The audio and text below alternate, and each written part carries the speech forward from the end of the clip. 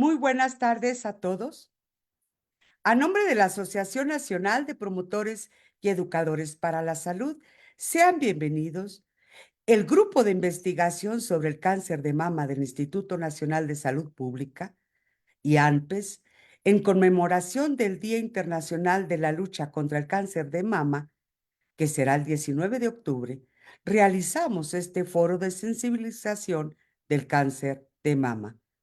La genética desempeña un papel importante en el cáncer de mama, ya que algunas mutaciones genéticas hereditarias pueden aumentar significativamente el riesgo de desarrollar esta enfermedad. Aunque la mayoría de los casos de cáncer de mama no son hereditarios. Conocer la predisposición genética de cáncer de mama es clave para la prevención y la detección temprana. La asesoría genética es fundamental para ayudar a las personas a comprender los riesgos asociados con las mutaciones hereditarias y las opciones disponibles. Además, el estudio de la genética sigue siendo un campo en constante evolución, lo que permite un enfoque más personalizado y preciso en el manejo del cáncer de mama.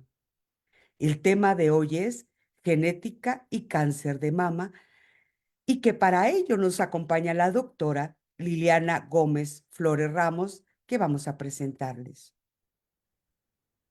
Agradeciendo que esté con nosotros en esta semana y en esta tarde. Ella es la doctora Liliana Gómez Flores Ramos. Ella es bióloga molecular, maestra y doctora en genética humana por la Universidad Guadalajara, investigadora postdoctoral en epidemiología genética del cáncer de mama, en el Instituto de Investigación Biomédica de la UNAM, investigadora asociada en el Instituto Nacional de Cancerología, diplomada en genética por la Escuela de Medicina de la Universidad Harvard y en genómica por la Universidad Johns Hopkins, miembro del Sistema Nacional de Investigadores Nivel 1, actualmente investigadora por México, CONACYT, en el Centro de Investigación en Salud Poblacional del Instituto Nacional de Salud Pública. Es investigadora principal del proyecto Investigación de Marcadores Moleculares de Riesgo y pronósticos en mujeres jóvenes con cáncer de mama, coinvestigadora del proyecto estratégico para la prevención y control del cáncer de mama y del estudio de salud de las maestrías en el área de cáncer. Es profesora de la maestría y doctorado en salud pública y epidemiología en la Escuela de Salud Pública en México, parte de los consorcios internacionales de Confluce y la GENO para entender la genómica del cáncer de mama en Latinoamérica. Doctora, muchísimas gracias, doctora Liliana, por estar aquí con nosotros esta tarde y en este gran foro. Bienvenida. Muchísimas gracias, Magdalena. Muchas gracias a todos los asistentes. Estoy muy emocionada de ver que hay de muchos países. Entonces, pues muchísimas gracias por la invitación. Y el día de hoy, el propósito de esta charla es que podamos entender cómo nuestros genes nos pueden predisponer a cáncer en general y en particular a cáncer de mama. Y como sé que muchos de ustedes son profesionales de la salud, poder aplicar este conocimiento para identificar pacientes que tengan esta susceptibilidad genética, como para poder identificarla en nuestra propia vida. Entonces, me voy a permitir compartir una presentación que espero pueda ser muy didáctica. Por favor, les pido si me pueden confirmar que ya pueden ver mi presentación Sí, completa. doctora. Listo, entonces voy a comenzar, denme un segundo porque todo lo de Zoom me tapa mi presentación. Listo. Ay, no me permite. Listo. Bueno, entonces vamos a empezar por la definición de cáncer de mama. El cáncer de mama se define como una bolita, un tumor, un crecimiento celular que tiene dos cosas muy importantes. Continúa creciendo, o sea, todo el tiempo está creciendo y es capaz de invadir otros órganos. Eso es lo que diferencia a lo que llamamos un tumor benigno, a diferencia de lo que podríamos nombrar como un tumor maligno. Los tumores benignos son aquellos crecimientos celulares que generalmente se van a mantener de un tamaño cuyas células van a tener una morfología similar a las células de las que se originan y no va a invadir otros órganos, a diferencia de aquello que llamamos tumor maligno, que tiene la capacidad de invadir. En las mujeres mexicanas, más o menos el riesgo de desarrollar cáncer de mama es de 1 en 11, que es un riesgo de alrededor del 8%. En Latinoamérica el riesgo va a ser distinto en las poblaciones y va a ser más o menos de entre el 8 y 12% de riesgo en la población general. En México particularmente el cáncer de mama se diagnostica en una edad promedio de 50 años, lo cual es distinto no solamente en México, sino en toda Latinoamérica, aquellos cánceres de mama que vemos en poblaciones europeas y poblaciones de los Estados Unidos, en donde la edad promedio es de cáncer de mama son los 60 años. Entonces, México y Latinoamérica en general tiene un mayor riesgo de casos de cáncer de mama premenopáusicos o en mujeres jóvenes. El 20% de los casos en Latinoamérica son en mujeres jóvenes y aproximadamente 1 de cada 200 casos va a ocurrir en hombres. El cáncer de mama es genético. El cáncer, no solo el de mama, sino todos los tipos de cánceres son enfermedades que tienen un origen genético. Este origen genético puede ser heredado o no, pero básicamente tiene como fundamento mutaciones en el ADN que van a transformar las células normales para darle características o capacidades de invadir. Estas mutaciones se van a presentar principalmente en dos tipos de genes. Unos que se han llamado oncogenes y que básicamente su función es el crecimiento celular, la reproducción celular, estimular a las células a replicarse. Y otro grupo de genes que les vamos a llamar o que les llamamos genes supresores de tumores, que básicamente lo que hacen es poner un alto a esta proliferación celular. Si hiciéramos una analogía con un automóvil, digamos, los genes oncogenes o aquellos que estimulan la proliferación celular son el acelerador y los genes supresores de tumores son el freno. Entonces, para que los organismos se mantengan a lo largo de la vida sin aparición de tumores o que se pueda controlar la replicación celular en general, necesitamos un equilibrio entre la aceleración y el freno. Cuando nosotros tenemos una mutación o un cambio en el ADN que daña estos genes, entonces tenemos una desregulación del crecimiento celular. Ahora, estas mutaciones ocurren en el ADN y el ADN contiene las instrucciones sobre todo lo que ocurre en nuestro cuerpo. El color de ojos, color de pelos y digamos, si tenemos propensión a tener mayor sobrepeso, obesidad, pero también a las funciones generales que tenemos. Entonces, vamos a regresar, voy a dar una corta clase de secundaria para entender cómo es que funcionan estas mutaciones. Entonces, el ADN es esta doble hélice que hemos visto en todos lados y dentro de las células, este ADN se compacta en forma de cromosomas que se encuentran en el núcleo. Los humanos somos parecidos en un 99%, 99.9% de nuestra secuencia de ADN. La mayoría de los cambios que ocurren en el ADN o estas letras que pueden ser distintas no van a afectarnos, no van a tener un efecto negativo sobre nosotros. Sin embargo, esta secuencia va a producir un fenotipo y va a dar lugar a todas las... Perdón, mi computadora se quería reiniciar justo en el peor momento, pero ya estoy aquí de vuelta.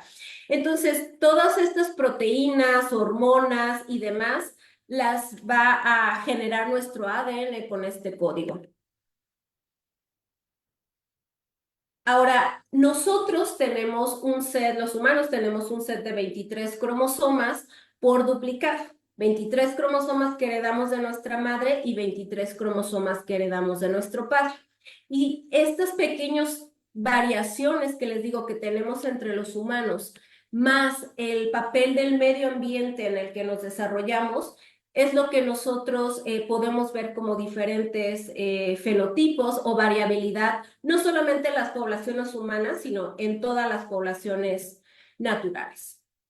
Ahora, estas mutaciones, daños o cambios en el ADN pueden ser de dos clases. Pueden ser mutaciones heredadas por nuestros padres, es decir, alguno de los dos tenía esta mutación y la heredó a nosotros, o puede ser causada por la exposición a lo que conocemos como mutágenos. Entonces, existen muchos mutagénicos o que pueden ser sustancias o el sol, la radiación UV.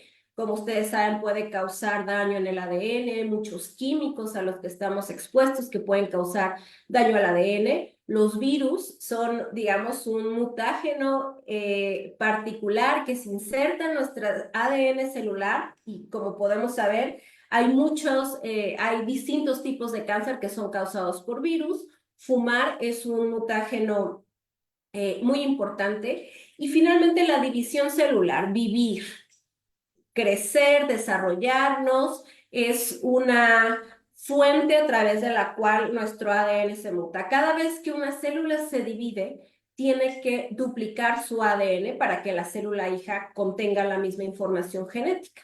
Y los mecanismos de replicación del ADN pueden tener errores, no son perfectos. Si bien tenemos mecanismos que previenen estos errores, pueden ocurrir. Y cada vez que se divide una célula, puede, digamos, haber una acumulación de errores genéticos. Es por eso que el principal factor de riesgo para cáncer de mama y para la mayoría de los cánceres es la edad. ¿Por qué? Porque conforme nuestros cuerpos van creciendo, nuestras células se van dividiendo, estos tipos de mutaciones se pueden acumular y además la edad amplía el tiempo a través del cual estamos expuestos a los diferentes mutágenos del medio ambiente. Ahora, podemos clasificar también las mutaciones de acuerdo a su localización celular. Vamos a llamar mutación germinal aquellas mutaciones que se encuentran en todas las células de nuestro cuerpo y que heredamos de nuestros padres a través de los gametos, ya sea el óvulo o el espermatozoide. Y vamos a llamar mutaciones somáticas aquellas mutaciones que se encuentran solo en un grupo de células. Las mutaciones germinales son las que se heredan. Las mutaciones somáticas son las que se causan por efectos de las exposiciones ambientales o la replicación celular y que se van a encontrar solamente en un grupo localizado de células y estas son las que dan lugar a los tumores. Ahora, generalmente, digamos, las células normales, sanas, no cancerígenas, tienen una morfología celular que que depende de la localización del cuerpo. Pero las células cancerígenas que tienen estas mutaciones son células que están transformadas y su morfología, digamos, está alterada. Aquí lo que podemos observar del lado derecho en un círculo verde son células normales y las que vemos en el círculo rojo son células cancerígenas dañadas. Podemos ver que la morfología es muy distinta, pero también el tamaño del núcleo es diferente. Aquí podemos ver el núcleo como un circulito oscuro. Y lo que vemos en estas modificaciones nucleares son cambios enormes en los cromosomas. Los tumores requieren mutaciones que les permitan replicarse e invadir otros órganos. De manera natural, nuestro genoma tiene genes que están exclusivamente dedicados a ser guardianes del genoma, que son encargados de todo el tiempo estar monitoreando que el DNA esté sano, que no tenga mutaciones y que una célula pase de una división celular a, digamos, ser una célula que integre el conjunto o que una célula en la que se detectan daños muera. Entonces, las células tumorales van a través de una evolución clonal, digamos, seleccionando mutaciones que les permiten invadir otros órganos y evadir también el sistema inmune. Entonces, al lado izquierdo muestro el cariotipo de una célula sana en la que se ve por algo que se llama chromosome painting o coloreado de cromosomas, en lo que podemos ver 23 pares de cromosomas perfectamente sanos, vemos el color, digamos, íntegro de cada cromosoma. Y en la derecha podemos ver el cariotipo de una célula tumoral en la que podemos observar que los cromosomas están por ejemplo, aquí tenemos 3 cromosomas 3, 8 cromosomas 8, el cromosoma 8 claramente tiene pedacitos de otros cromosomas, tenemos 4 cromosomas 7, entonces la estructura genómica de las células tumorales está completamente, digamos, modificada. Ahora, podemos decir que todo cáncer tiene un origen genético, pero no todo cáncer es hereditario. Entonces, podemos clasificar el cáncer en 3 grandes tipos. El cáncer esporádico, que es el 65% de los casos, que tiene como origen mutaciones debidas al ambiente o a la replicación celular. Podemos decir que hay cáncer de tipo familiar, en aquellos que podemos ver que ciertas familias tienen más frecuencia de diferentes tipos de cáncer, y aquel que es el cáncer hereditario, en el cual se identifica con mucha claridad una mutación responsable en genes supresores de tumores, que podemos ver un patrón de herencia muy claro en las familias. Digamos, se ha descrito que el cáncer de mama tiene algo que se le llama heredabilidad del 35%. La heredabilidad es un cálculo poblacional que nos dice cuál es el porcentaje atribuido a los genes de un determinado rasgo. Entonces, como podemos ver aquí, más o menos la heredabilidad o los factores genéticos contribuyen en un 35% al riesgo de cáncer de mama. Sin embargo, solo en un 10% de los casos podemos identificar con toda claridad un patrón de herencia y un gen mutado. El resto de la heredabilidad del cáncer de mama está dada por genes de moderada penetrancia, es decir, por variantes genéticas que contribuyen muy poquito a la acumulación de este riesgo, pero que en su conjunto puede observarse como digamos, una agregación familiar. Ahora, el riesgo de cáncer de mama se incrementa cuando hay familiares afectados. Los estudios epidemiológicos han descrito con mucha claridad que hay un riesgo elevado cuando en la familia hay un familiar con cáncer. Entonces, por ejemplo, en un estudio realizado en los Estados Unidos, tener una abuela con cáncer de mama aumenta en un 27% el riesgo promedio. Dependiendo de en dónde vivamos, en qué país, cuáles son nuestras características, nuestro riesgo personal es distinto. Pero pensemos en un riesgo poblacional de México que es el 8%. Si una mujer mexicana que tiene un riesgo del 8% tiene una madre, un padre o una hermana con cáncer de mama, el riesgo aumenta en un 80%, es decir, mi riesgo pasaría de 8%, que es el riesgo poblacional, a un riesgo de 14%. Ahora, si tengo más de un familiar afectado con cáncer de mama, pues este riesgo aumenta casi 3 veces más y pasaría de un 8% a un 22%. Ahora, los genetistas nos hemos dedicado a describir aquello que le llamamos arquitectura genética de los rasgos, en este caso de cáncer de mama. ¿Y qué significa la arquitectura genética? Es poder identificar cuáles son los bloques que construyen un rasgo, en este caso el cáncer de mama. Entonces, de forma general hemos identificado que hay genes que tienen mutaciones muy raras dentro de la población, pero que aumentan el riesgo de forma muy considerable. Entonces, el riesgo relativo, que es lo que podemos ver aquí, va de 1 hasta 10, es decir, aumenta hasta 10 veces tu riesgo comparado con una población general que no tiene esta mutación.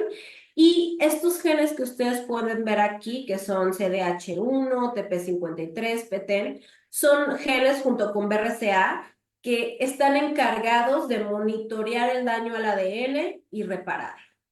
Entonces, cuando las personas tienen una mutación en estos genes, el riesgo relativo aumenta hasta 10 veces. Es decir, de yo pasar por un riesgo poblacional que es del 8%, si yo tengo una de estas mutaciones, mi riesgo de tener cáncer de mama a lo largo de la vida sube hasta un 80% para BRCA1, BRCA2, P53, que sube casi hasta un 90%.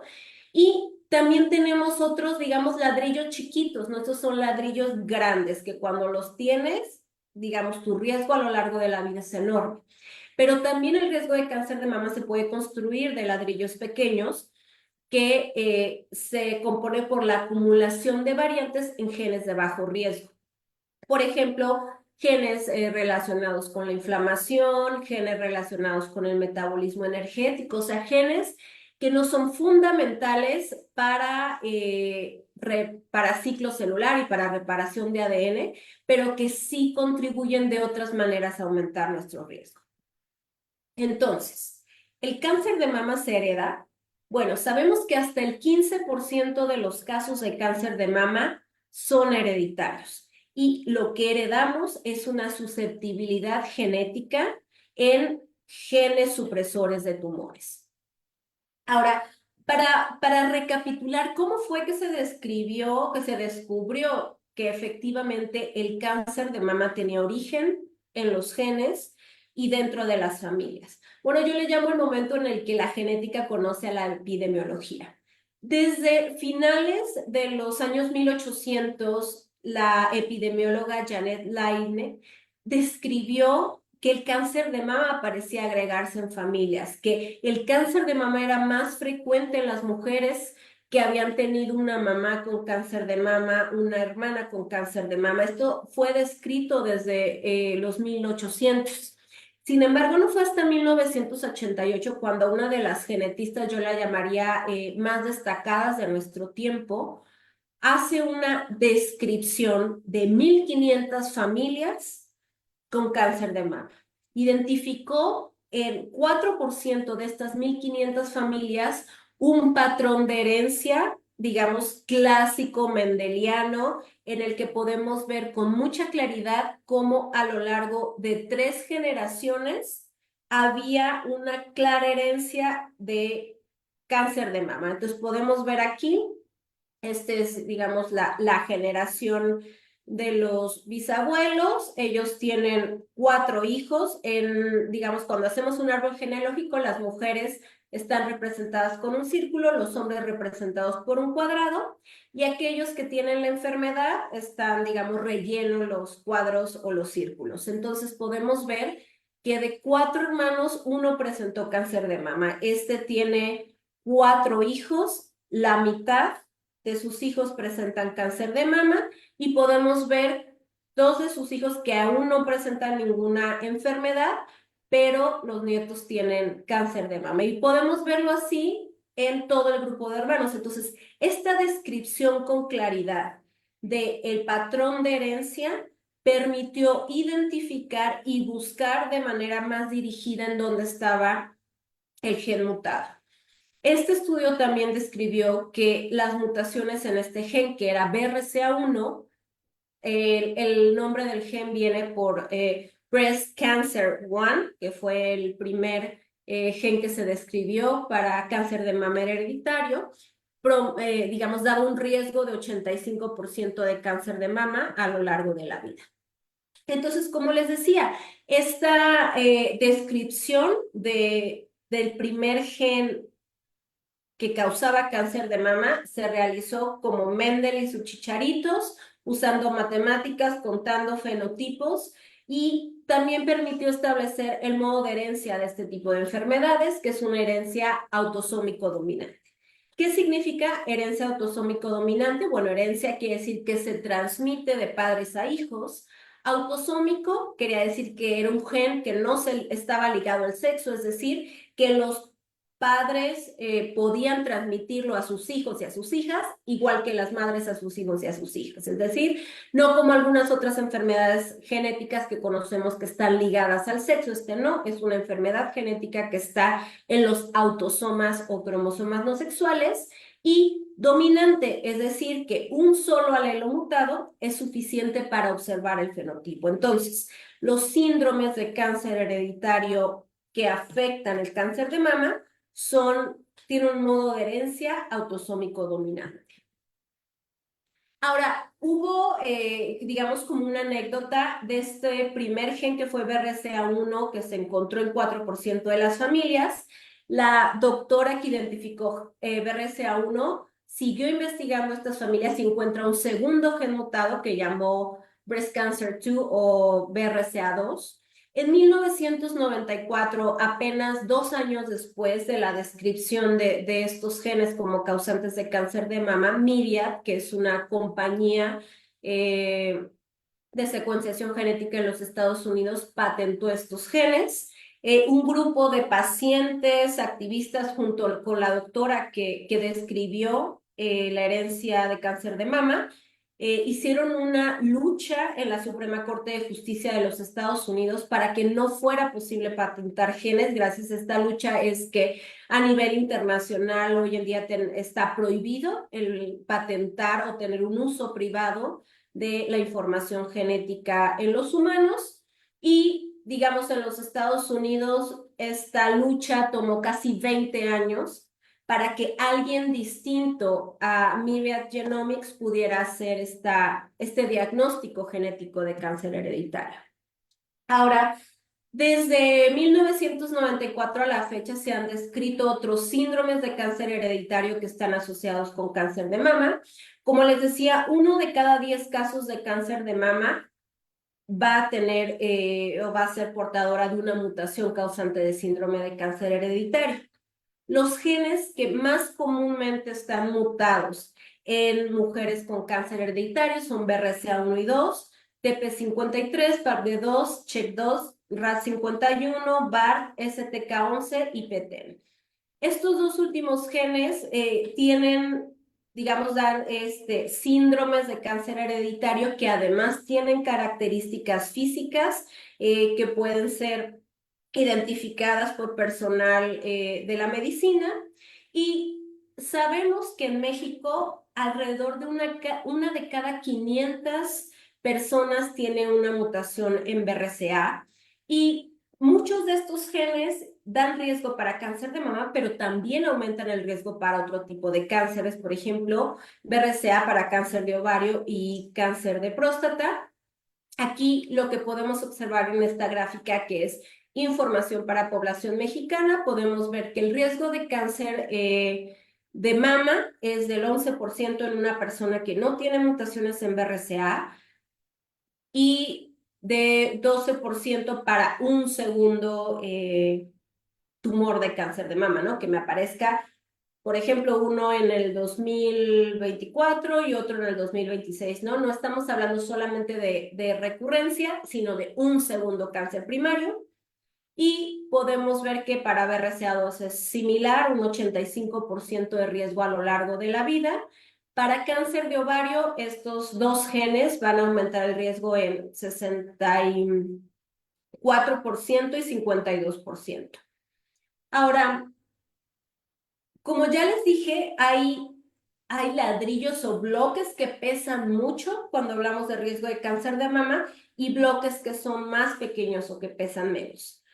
Y además del tipo de gen que está mutado, algo que es importante en genética es algo que se le llama penetrancia. La penetrancia es también un valor poblacional que nos habla o que nos dice, digamos, expresa en porcentaje y nos dice de cada 100 personas que tienen, en este caso, una mutación, cuántas expresan el fenotipo, que en este caso sería cáncer de mama. Entonces, los genes que están clasificados como genes de cáncer hereditario tienen una penetrancia alta. Es decir, más o menos el 80% de las personas que portan la mutación van a expresar el fenotipo, en este caso cáncer de mama. Hay otros genes que están muy comúnmente mutados en cáncer de mama, como CHEK2, PALB2, BRIP1, que tienen una penetrancia moderada. Entonces, más o menos entre el 30 y 50% de las personas que tienen la mutación expresan el rasgo. Y luego tenemos estos SNPs, variantes de un solo nucleótido, en genes no supresores de tumores u oncogenes, que van a tener una penetrancia muy baja, es decir, su contribución al riesgo es baja. Entonces ya hablamos de BRCA1 y BRCA2, pero tenemos TP53, que es un gen muy importante mutado en cáncer de mama y que ocurre sobre todo en las mujeres jóvenes. Cuando se hace una prueba de cáncer hereditario en una mujer joven que es negativa a BRCA, en la mayoría de los casos aparece mutado P53. P53 genera este llamado síndrome de Li-Fraumeni, que da un riesgo para cáncer de mama a lo largo de la vida del 50%, pero una persona que tiene esta mutación tiene 90% de desarrollar cualquier tipo de cáncer. O sea, puede ser cáncer de mama, cáncer de páncreas, y no es exclusivamente uno. O sea, las personas que viven con síndrome de Li-Fraumeni suelen vivir una vida en la que se presentan distintos tipos de cáncer a lo largo de su vida. A diferencia de BRCA1 y BRCA2, TP53 puede presentar cáncer en la infancia, puede presentar cáncer en la infancia. Ay, se oyó como, oí mi eco. Ya apagué y volví a prender. Por favor, dime si se vuelve a No, escuchar una bien. persona, doctora, una persona tenía su micrófono Ah, abierto. Ya ok. está cerrado. Sí, perfecto. Entonces, este gen es muy importante considerarlo en cáncer de mama de presentación muy joven. Y cuando digo muy joven, estoy hablando que hemos visto pacientes con 18, 19 años y normalmente esos son los pacientes que tienen mutaciones en P53. Otra cosa que hemos observado es definitivamente la edad de las pacientes con cáncer hereditario suele ser más joven que en las pacientes que no tienen mutaciones en estos genes.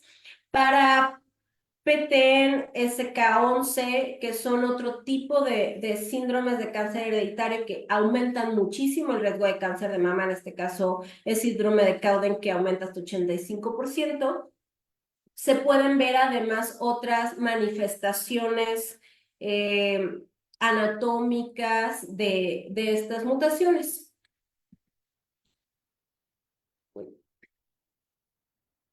Perdón, es que no sé por qué no avanzan. Listo.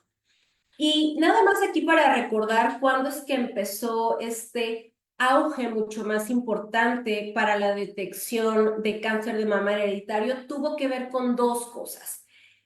La primera fue que, como les mencioné, en 2013 se hace un acuerdo, no solamente en los Estados Unidos, pero la mayoría de los gobiernos acuerdan el proteger los genes humanos para, digamos, libre diagnóstico y libre investigación sin la posibilidad de patentar. Y otra cosa que ocurrió en 2013 y que fue muy sonado y que incluso le pusieron un nombre como el efecto Angelina, fue que Angelina Jolie, digamos, expuso en una entrevista en la revista Time que ella se había sometido a una cirugía reductora de riesgo en la que se hace una doble mastectomía y se hace una oforectomía bilateral. Y esto porque su madre muere de cáncer de mama, entonces ella, digamos, junto con un equipo de oncólogos, genetistas, hacen lo que le llamamos una asesoría de riesgo, es decir, viendo los antecedentes familiares, qué tipo de tumor, a qué edad lo tuvo su madre, etcétera, y deciden que hay que hacer una prueba para detectar BRCA1 o BRCA2.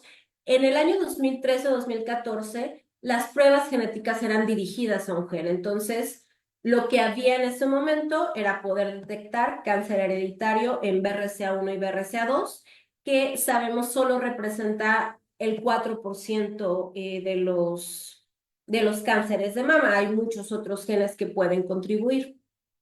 Ahora, aquí la pregunta es, ¿cómo puedo identificar yo un riesgo hereditario, sea en mi familia o en mis pacientes? Para cáncer de mama, en México por lo menos tenemos que sea cáncer de mama antes de los 40 años de edad.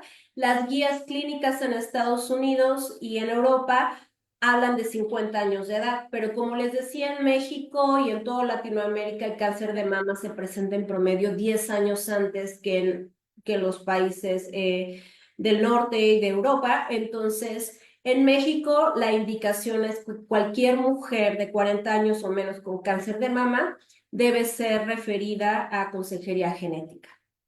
¿Qué más nos puede hacer sospechar? Un cáncer de mama bilateral, que es cáncer de mama en un seno y en el otro, antecedentes personales de otro cáncer, es decir, yo tengo cáncer de ovario y luego tengo cáncer de mama o, digamos, prácticamente antecedentes personales de cualquier tipo de cáncer y de cáncer de mama nos hacen sospechar de un cáncer hereditario.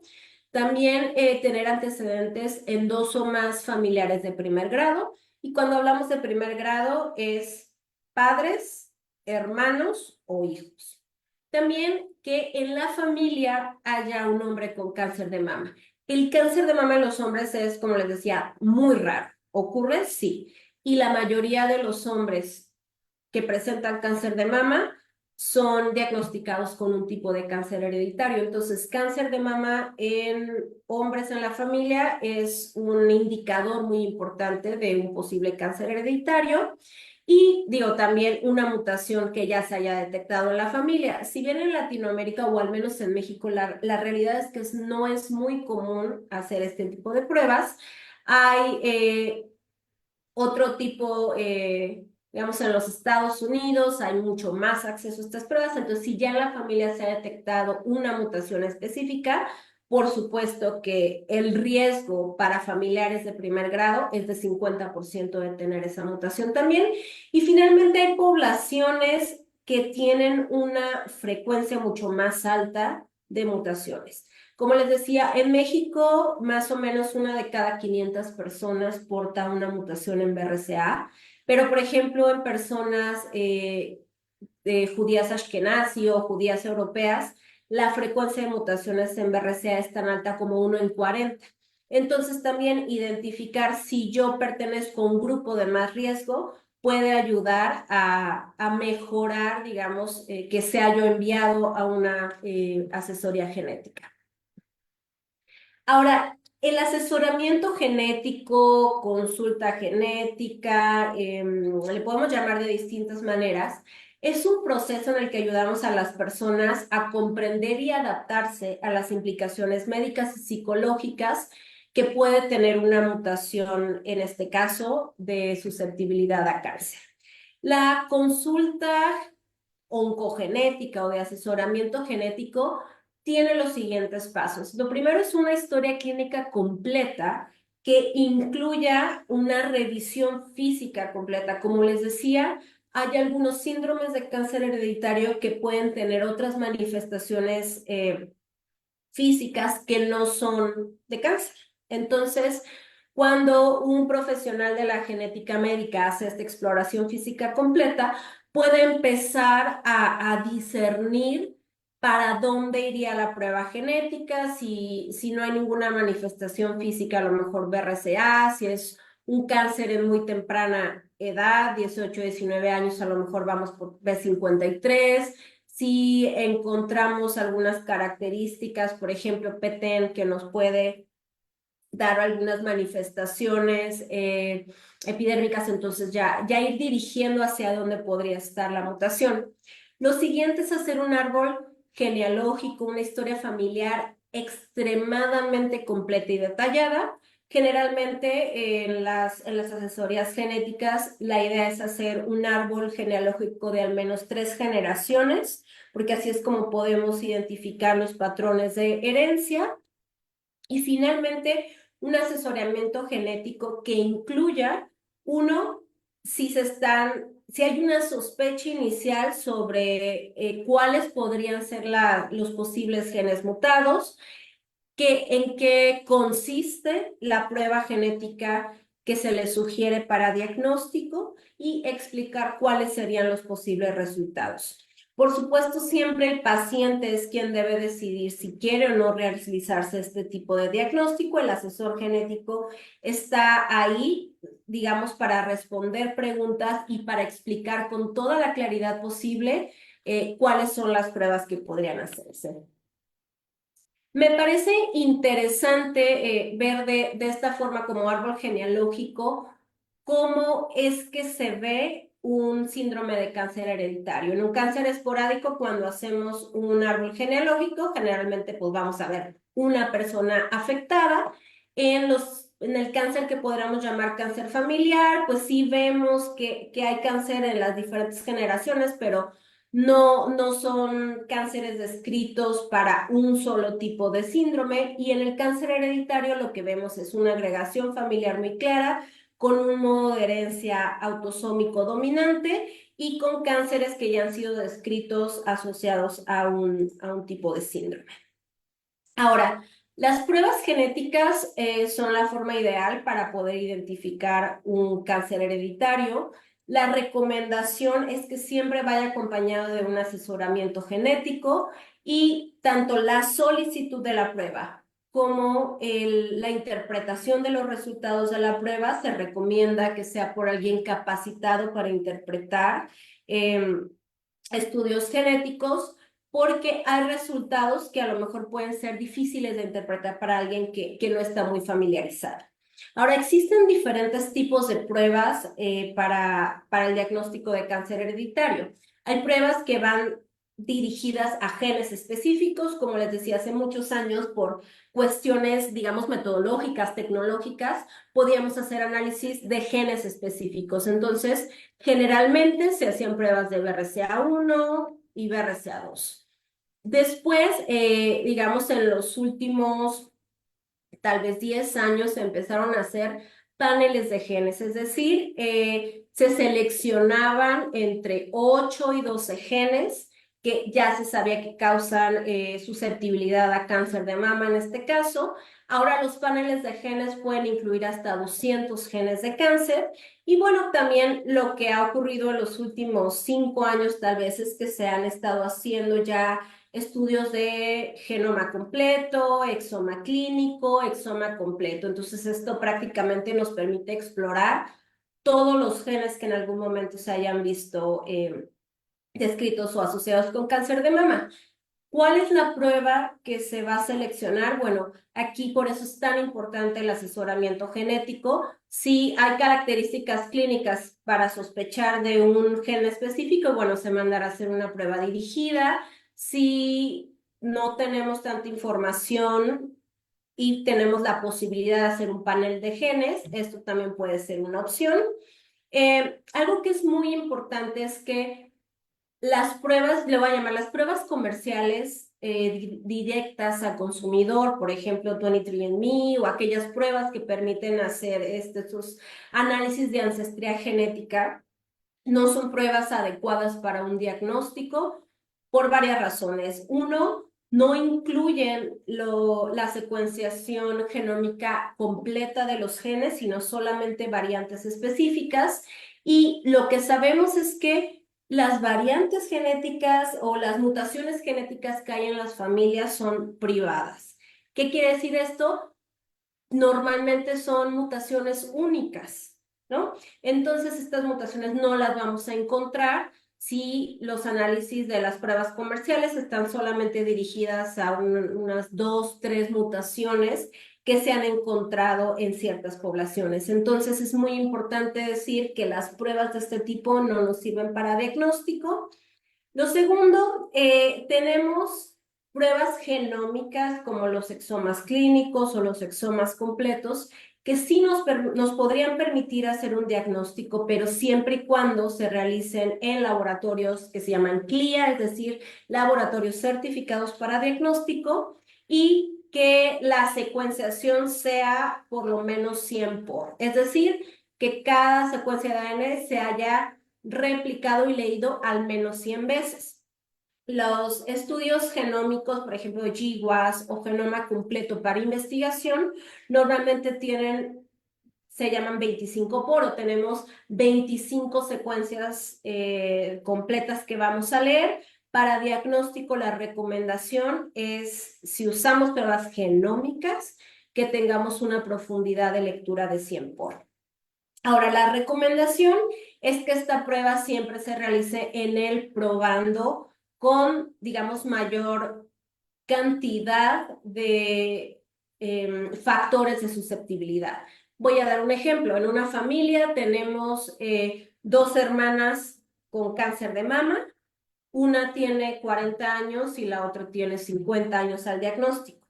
Si tenemos que elegir entre una de las dos, elegiríamos a la más joven, porque cumple con dos criterios: tener un familiar con cáncer de mama y presentar cáncer de mama con 40 años o menos. Entonces, vamos a elegir siempre a la persona de la familia que tenga mayor cantidad de factores de riesgo, y una vez que identificamos la mutación, se puede hacer un diagnóstico extendido a la familia de forma dirigida, es decir, ya no tendremos que hacer un panel de genes o un genoma completo, sino que podemos buscar de forma dirigida la mutación.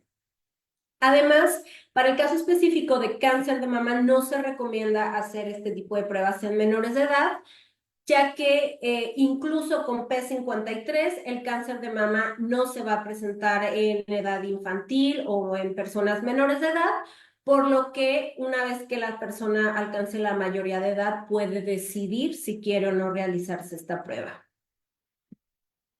Ahora, ¿cuáles son algunos de los beneficios de las pruebas genéticas? La principal tiene que ver con la toma de decisiones, una toma de decisiones que tengan aplicabilidad clínica respecto a la prevención de un cáncer o a un mejor tratamiento de un cáncer que ya apareció.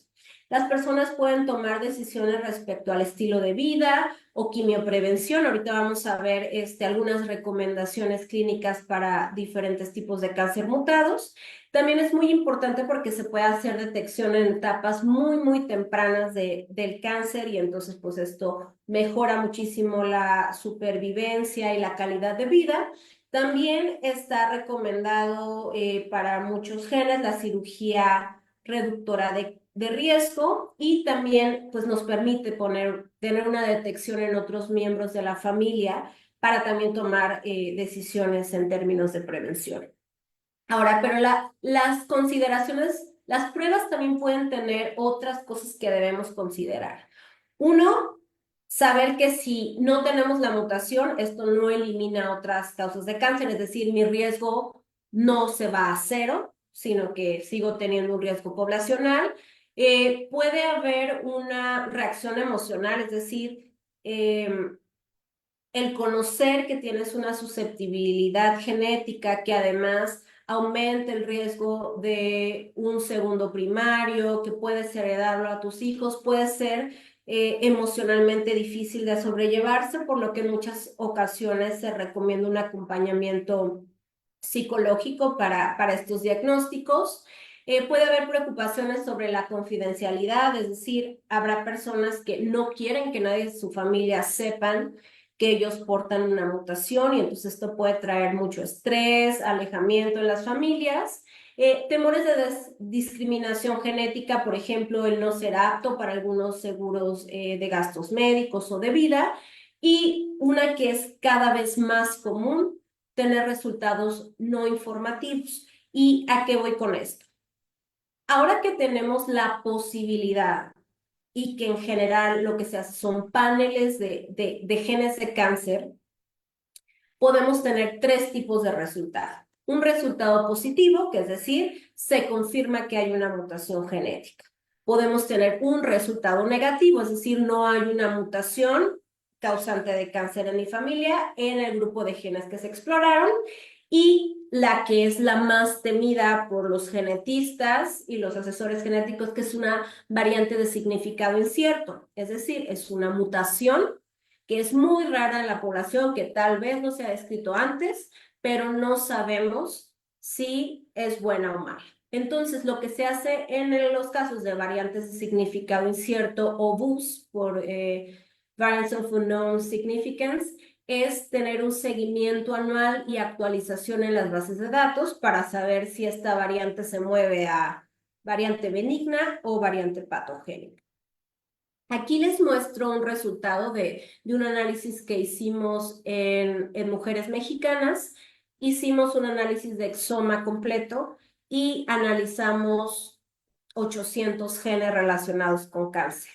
Pero lo que quiero mostrarles aquí es 27% de las pacientes analizadas tenían una variante de significado incierto.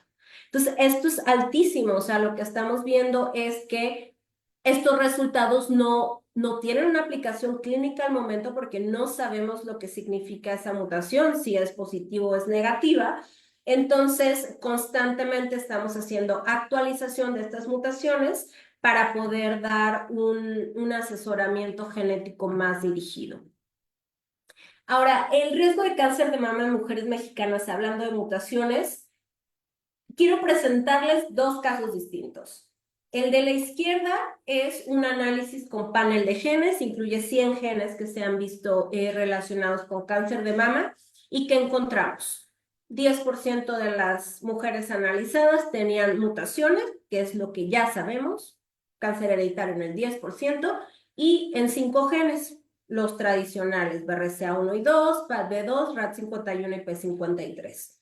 Y cuando hacemos un análisis de riesgo familiar, lo que vemos es que las pacientes con mutación tienen 7 veces más riesgo de tener antecedentes familiares de cáncer. Ahora, ¿qué pasa cuando nosotros ampliamos nuestra exploración a 862 genes relacionados con cáncer? Encontramos una mutación causal, es decir, no un abuso, una mutación patogénica en genes de cáncer en el 34% de las participantes. Entonces, lo que podemos ver es que con un análisis genómico podemos mejorar, aumentar el diagnóstico pasando de 10% a 34% de mujeres con una explicación genética del cáncer. Ahora, ¿cuál es el reto más importante en este caso? Que las recomendaciones clínicas actualmente solo están disponibles para alrededor de 10 genes. Entonces, ¿qué es lo que se puede hacer? Tenemos algo que se llama estrategias reductoras de riesgo, en la que podemos ver que distintas intervenciones pueden disminuir el riesgo de cáncer de mama o cáncer de ovario. En este caso, lo que estamos viendo son estrategias reductoras de riesgo recomendadas para pacientes con mutaciones en BRCA1 y 2. Entonces, podemos ver que la quimioprevención con tamoxifeno reduce en 50% el riesgo de cáncer en una mujer que ya tiene una mutación para BRCA. El uso de inhibidores de aromatasa puede disminuir el riesgo hasta en 70% y una mastectomía bilateral puede reducir el riesgo de cáncer de mama hasta en un 95%. Podemos ver que una estrategia como la salpingoforectomía puede reducir el riesgo tanto de cáncer de mama como cáncer de ovario. Ahora también hay tratamientos específicos que se han desarrollado para tumores que tienen mutaciones en BRCA. Las mujeres que tienen mutación en todas sus células también lo van a tener en el tumor. Entonces se han hecho distintos, digamos, protocolos clínicos en los que se han aprobado 4 inhibidores de PARP. En México hay uno disponible que es olaparib, que se utiliza hoy en día para cáncer de ovario con mutaciones en BRCA1 y actualmente hay distintos ensayos clínicos para que ya se utilice en cáncer de mama en mujeres que son portadoras de mutaciones en BRCA1 y 2. Para finalizar, me gustaría recordar que genética no es destino. Si bien mutaciones genéticas pueden aumentar nuestro riesgo de manera muy importante, podemos tomar estrategias reductoras de riesgo y también reconocer lo que no podemos cambiar, ¿no? Nuestros antecedentes familiares, los genes que tenemos mutados es algo que no podemos cambiar. Pero, ¿qué acciones podemos tomar para disminuir nuestro riesgo? Lo que más se ha probado y que creo que se verá en una presentación posterior es un estilo de vida saludable en el que si combinamos actividad física bajo consumo de grasas, comidas procesadas, azúcares y cereales refinados, no consumo de alcohol y no consumo de tabaco, se puede disminuir nuestro riesgo basal hasta en un 50% en mujeres premenopáusicas y 80% en mujeres posmenopáusicas. Finalmente, las recomendaciones para todo el mundo es mantener un peso saludable, realizar actividad física por lo menos 30 minutos al día, 5 veces a la semana, consumir frutas, verduras y granos enteros y, si es posible, practicar la lactancia. Lo más recomendado es evitar consumo de ultraprocesados y comida rápida, embutidos, ambos cancerígenos, alcohol que es cancerígeno, cigarro que es cancerígeno y disminuir el consumo de carnes rojas. Pues les agradezco muchísimo que me hayan escuchado y estoy aquí para las preguntas que quieran hacer. Muchísimas gracias, doctora. No me quite, por favor, esa imagen, Sí, para que los que nos están escuchando tomen captura de pantalla si les interesa tener contacto con usted. Y vamos a empezar hay muchísimas felicitaciones en nuestra página de Facebook para usted, doctora. Eh, gracias. eh, buenas noches. Cristi, saludos desde Paraguay. Eddie dice, qué interesante la evolución de la prevención de la medicina. Gracias nuevamente por compartir con nosotros todos sus conocimientos, con mucha paciencia, a que nosotros podamos entender. Gracias, una más.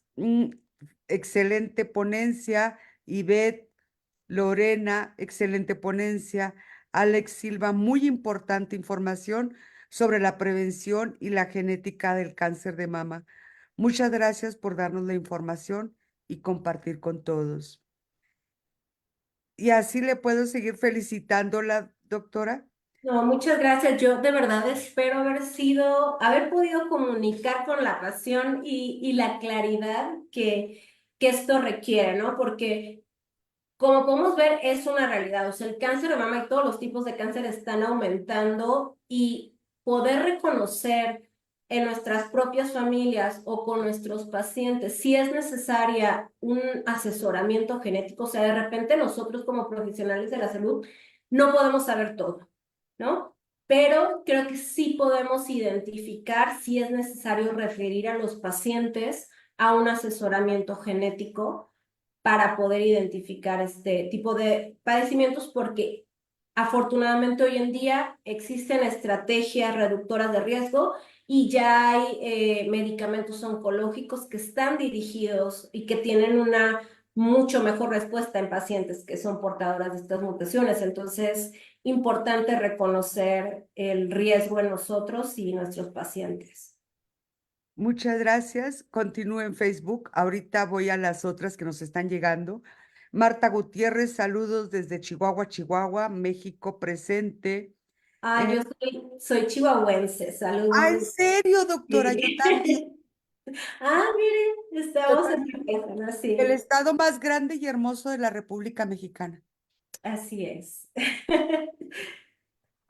Aquí Noreida dice, soy pediatra en un consultorio, en mi consulta atiendo a un bebé de 7 meses, cuya mamá, con solo 27 años, falleció hace poco de cáncer de mama. Se recomienda en este caso asesoramiento genético posteriormente. Posteriormente sí, o sea, en este momento el paciente pediátrico, me imagino si lo lleva a su papá, abuela, ¿qué diría yo? Hay que identificar si además de su mamá hay otros familiares con cáncer en la familia, solamente para descartar que no sea, por ejemplo, TP53, que es aquel que da o sea, que sí tiene riesgo para cáncer pediátricos. Pero si no hay otros familiares con cáncer en la familia, lo más probable es que sea, eh, digamos, si es que es un cáncer hereditario, sea otro gen que no aumenta el riesgo para cáncer pediátrico. Entonces, solamente diría esto, investigar con el papá si hay cáncer en la familia de la mamá, sobre todo en otros miembros. Muchas gracias, doctora. De hecho, hay una pregunta. Le recordamos que en AMPES tenemos un número más 52 55 87 92 46 58. Pero una de las preguntas que nos han estado llegando a este número eh, es exactamente sobre ese tema, doctora. ¿Hasta qué generación puede ser hereditario? Normalmente lo que hacemos son tres generaciones. Tres generaciones, preguntamos sobre abuelos, sobre padres, tíos y luego hermanos, primos y si ya en la familia hay hijos, entonces también preguntar en este caso sobre los hijos o sobrinos. Entonces, normalmente las consideraciones se hacen en tres generaciones. En Latinoamérica y en México tenemos familias muy extensas, ¿no? Entonces, sí son árboles genealógicos enormes. Pero si no tenemos más información en generaciones, al menos hay que tener certeza de familiares de primer grado, que es padre, madre, hermanos, hermanas, hijos o hijas. Muchas gracias. Aquí una pregunta más. Es un estudiante. Dice, ¿qué tipos de cáncer de mama existe? ¿Cuál es la diferencia entre ellos? Y le pregunta una vez más, ¿hay cura para el cáncer? Sí, voy a empezar por la cura para el cáncer. A mí siempre me gusta decir, el cáncer de mama es curable si se detecta a tiempo. Entonces, dependiendo de la etapa clínica, y aquí voy a hablar con los tipos de cáncer, hay muchos factores como para decirte los tipos de cáncer. Entonces, uno, podemos hablar de la etapa clínica, podemos decir etapa clínica temprana o tardía. Los cánceres de mama que se detectan en etapa temprana, es decir, cuando el cáncer aún no ha invadido otros órganos, tiene un porcentaje de curación de hasta el 95%. Entonces, digamos, conforme el cáncer se encuentra en etapas más avanzadas, la probabilidad de curación es menor. Entonces, por eso siempre el énfasis de una detección temprana. Entonces, sí, el cáncer se cura cuando se detecta temprano. Dos, el cáncer se puede describir por la localización anatómica, entonces decimos que es un cáncer ductal cuando se encuentra en los ductos de la mama, decimos que es un cáncer lobulillar cuando se encuentra en los lóbulos.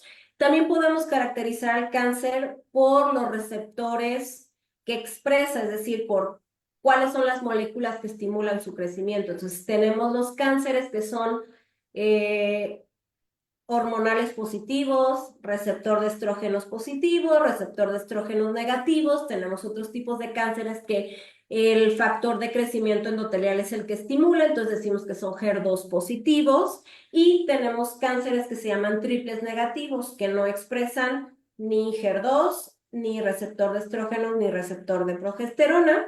Y ya que me das la oportunidad con la pregunta, se ha asociado que los cánceres triple negativos, es decir, aquellos que no encontramos los receptores que estimulan su crecimiento, tienen mayor probabilidad de tener mutaciones en BRCA1 y BRCA2. Entonces, de repente, algunas de las decisiones que se toman respecto a qué genes explorar para cáncer hereditario tienen que ver con cáncer de mama triple negativo. También le preguntan, doctora, que si estas mutaciones o cualquier tipo de cáncer es hereditario, cualquier tipo, no solamente el de mama.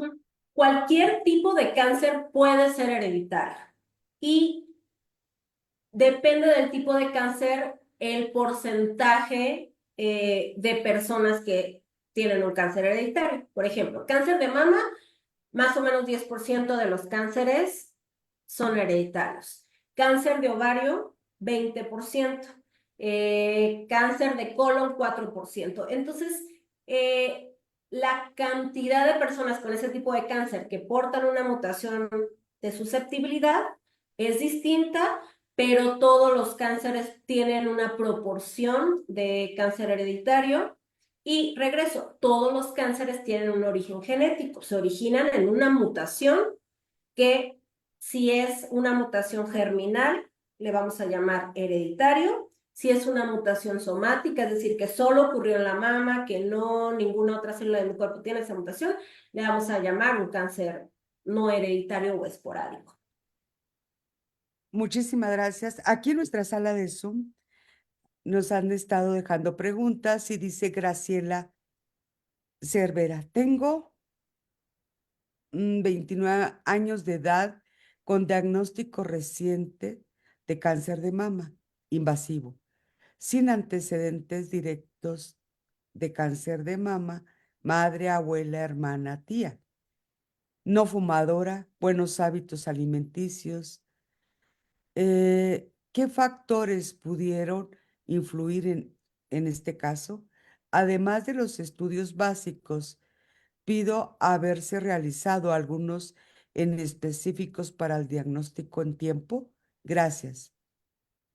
Gracias por la pregunta y lamento mucho tu diagnóstico reciente y tan joven.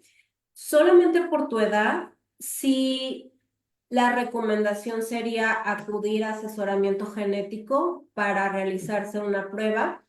No, las mutaciones a veces ocurren em, estocásticamente. O sea, puede ser que nuestros padres no tengan la mutación y que durante la formación del óvulo o del espermatozoide ocurrió esa mutación o que ocurrió en etapas muy tempranas. No estoy diciendo que tengas la mutación, lo que quiero decir es posible tener una mutación de cáncer hereditario sin tener antecedentes familiares. O sea, que tú seas la primera persona en la familia que tuviera esa mutación. Dos, por tu edad, inclusive aunque no haya antecedentes familiares ni otros factores de riesgo, es recomendable acudir a asesoramiento genético.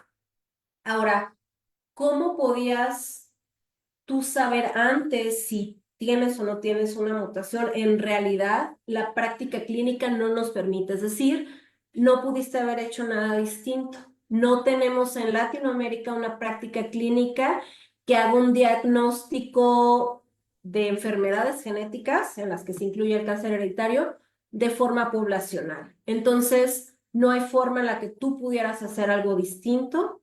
Eh, y cómo haber detectado antes el cáncer, eso es difícil porque además eres muy joven, entonces claramente tú no entras en el proceso de tamizaje, o sea, el tamizaje en México se recomienda a partir de los 40 años. O sea, antes de eso es solamente estudios de autoexploración y clínicos, entonces hay poco que pudiste haber hecho distinto. ¿Cuál sería mi recomendación en este momento? Platicar con los oncólogos, oncólogas que están llevando tu caso y ver la posibilidad de tener una interconsulta con oncología genética para que ellos puedan explorar si es conveniente hacer un estudio genético. Muchas gracias, doctora. Nos estaba poniendo por aquí en Zoom Graciela que ella no es la paciente, que es la enfermera de la paciente. Eso me preocupa, la población que queda fuera del riesgo de la edad para el tamizaje. Muchas Ujú. gracias. Sí, sí, sí, y así es. Y justamente personas como ella que están informándose y viendo que los pacientes podrían tener riesgo, son las personas que salvan vidas. Entonces aquí mi recomendación para ti es hablar, o sea, no sé si en tu hospital haya un servicio de genética u oncogenética para que pueda referirse y si no buscar alguna médica o médico genetista que se dedique al área de la oncología, ¿no? Muchas gracias.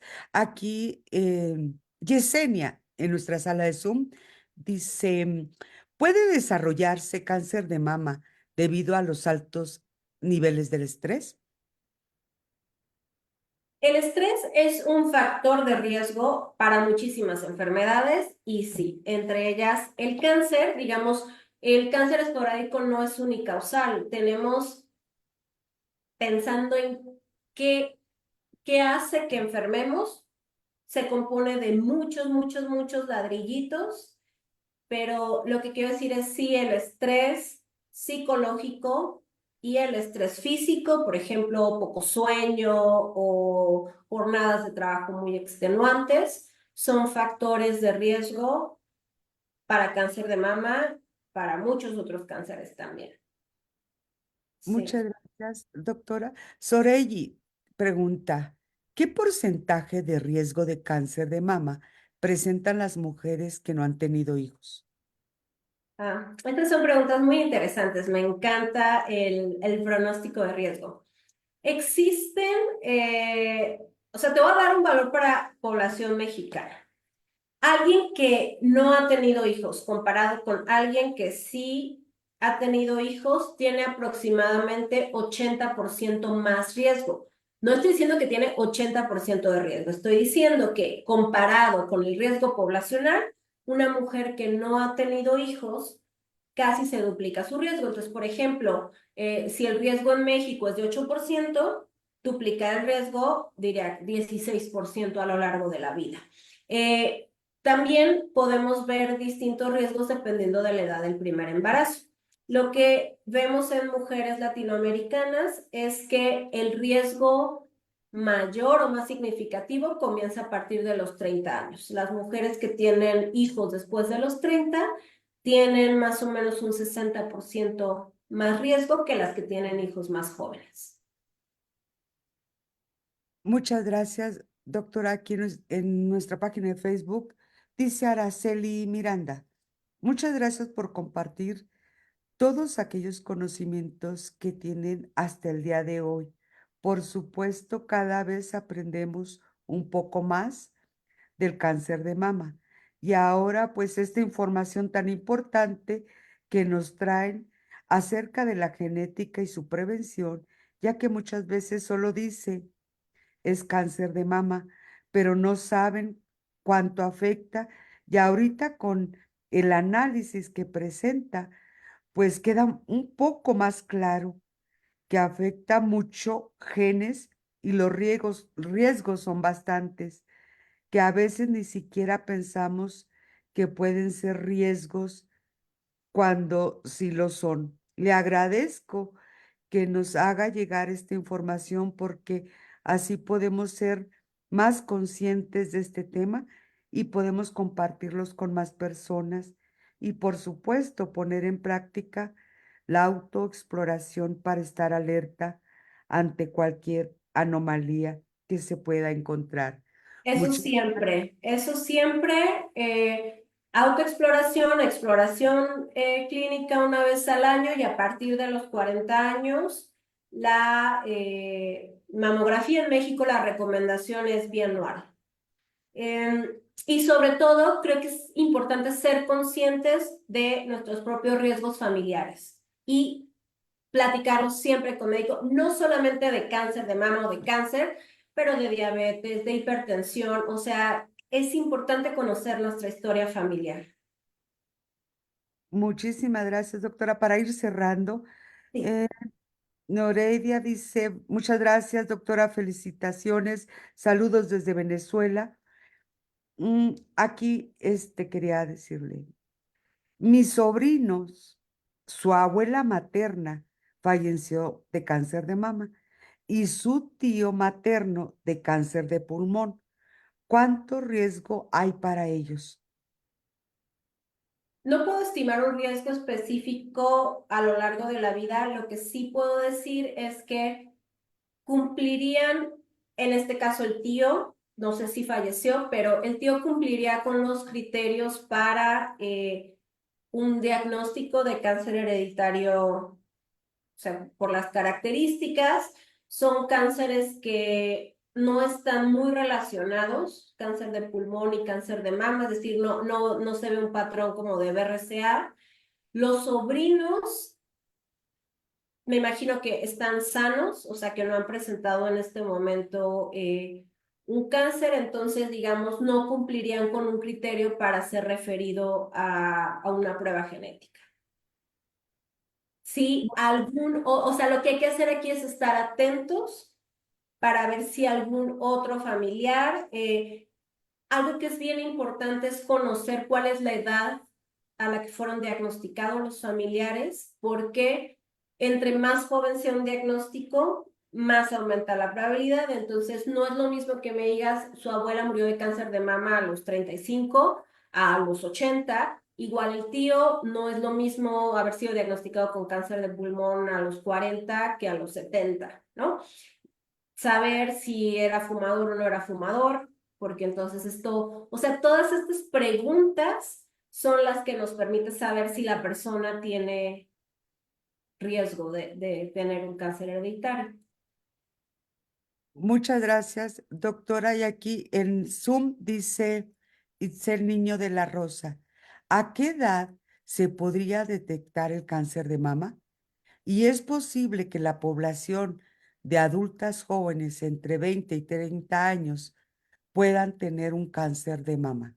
Ujú. Es posible, digamos, el cáncer de mama comienza el riesgo una vez que ha comenzado el desarrollo de las mamas, ¿no?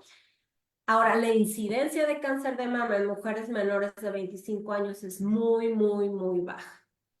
Generalmente, las mujeres que tienen cáncer de mama antes de los 25 años, como les explicaba, sí son portadoras de alguna mutación. Eh, sí se detecta cáncer de mama antes de los 30 años, más o menos el 8% de los casos de cáncer de mama en México se detectan a los 30 años o menos. Y como les decía, el cáncer de mama premenopáusico o antes de los 45 años representa el 20% de los casos. Entonces, si bien es menos común que el cáncer de mama en mujeres mayores, sí es una posibilidad y sí hay que empezar desde los 20 años con autoexploración, con exploración clínica y cualquier cosa que sintamos, ir inmediatamente a una consulta médica, inmediatamente. No esperar a que desaparezca, no esperar nada. Si ustedes tienen una sensación, insistan hasta que les hagan los estudios médicos correspondientes para descartar una malignidad. Muchísimas gracias, doctora. Para cerrar, bueno, le mandan saludos y felicitaciones desde Colombia. Ay, gracias, qué emoción. Y hay dos con las cuales quiero cerrar estas preguntas. Las dos están, como todas, han estado muy buenas. La doctora Roxana Salazar dice, ¿cuál es la probabilidad genética de desarrollar cáncer de mama en una paciente embarazada? Ay, aquí no sabría decirle si probabilidad genética. Pero lo que puedo decirle, o sea, porque no necesariamente tener cáncer de mama cuando estás embarazada quiere decir que es una causada por una mutación hereditaria. Lo que sí podemos ver en México, específicamente en el INCAN, es que el 4% de las mujeres jóvenes con cáncer de mama estaban embarazadas al momento del diagnóstico.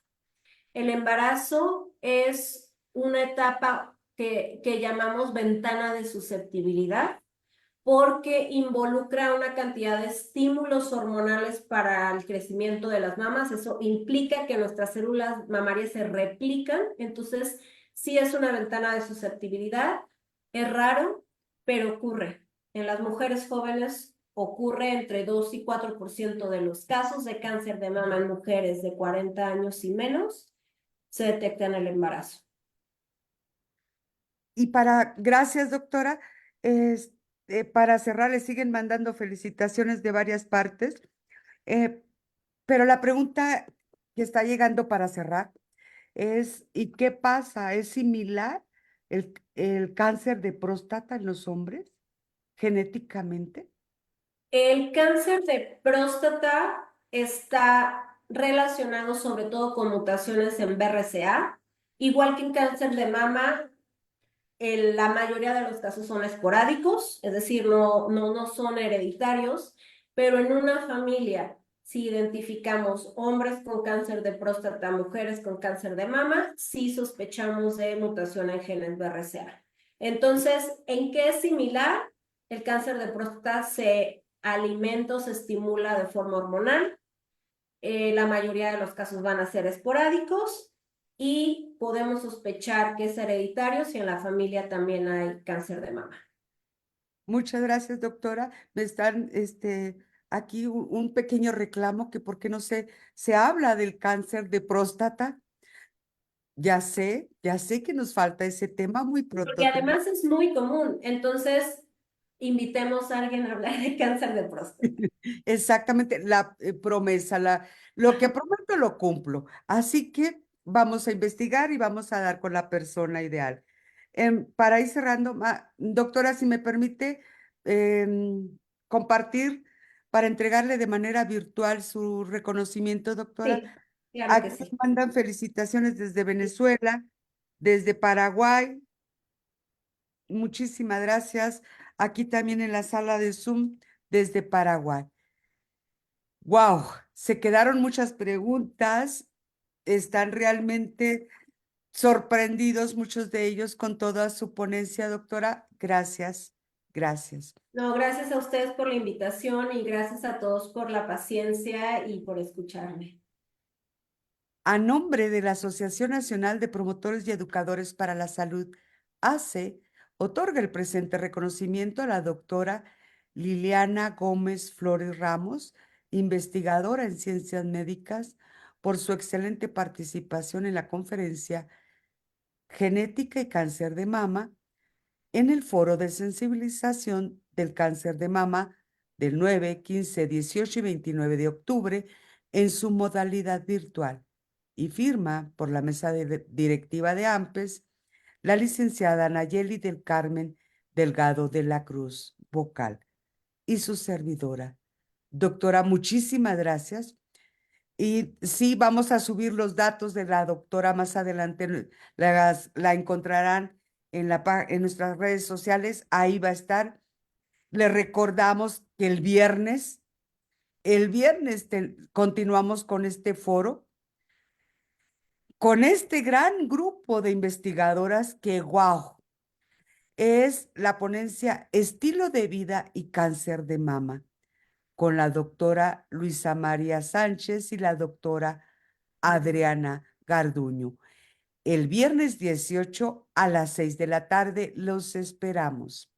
Doctora, un mensajito para cerrar Pues nuestro. sobre todo agradecerles y pedirles que evalúen, conozcan su riesgo familiar.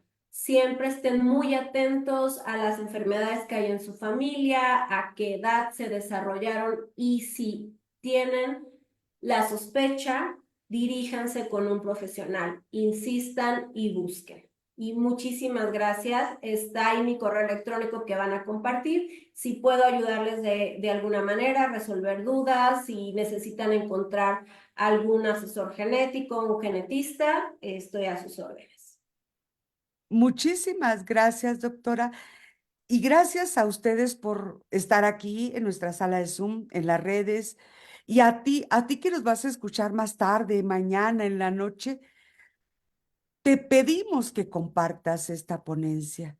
Es importante sensibilizar a más y más y más mujeres de la importancia de cuidarnos, de prevenir, pero también de educarnos para poder prevenir.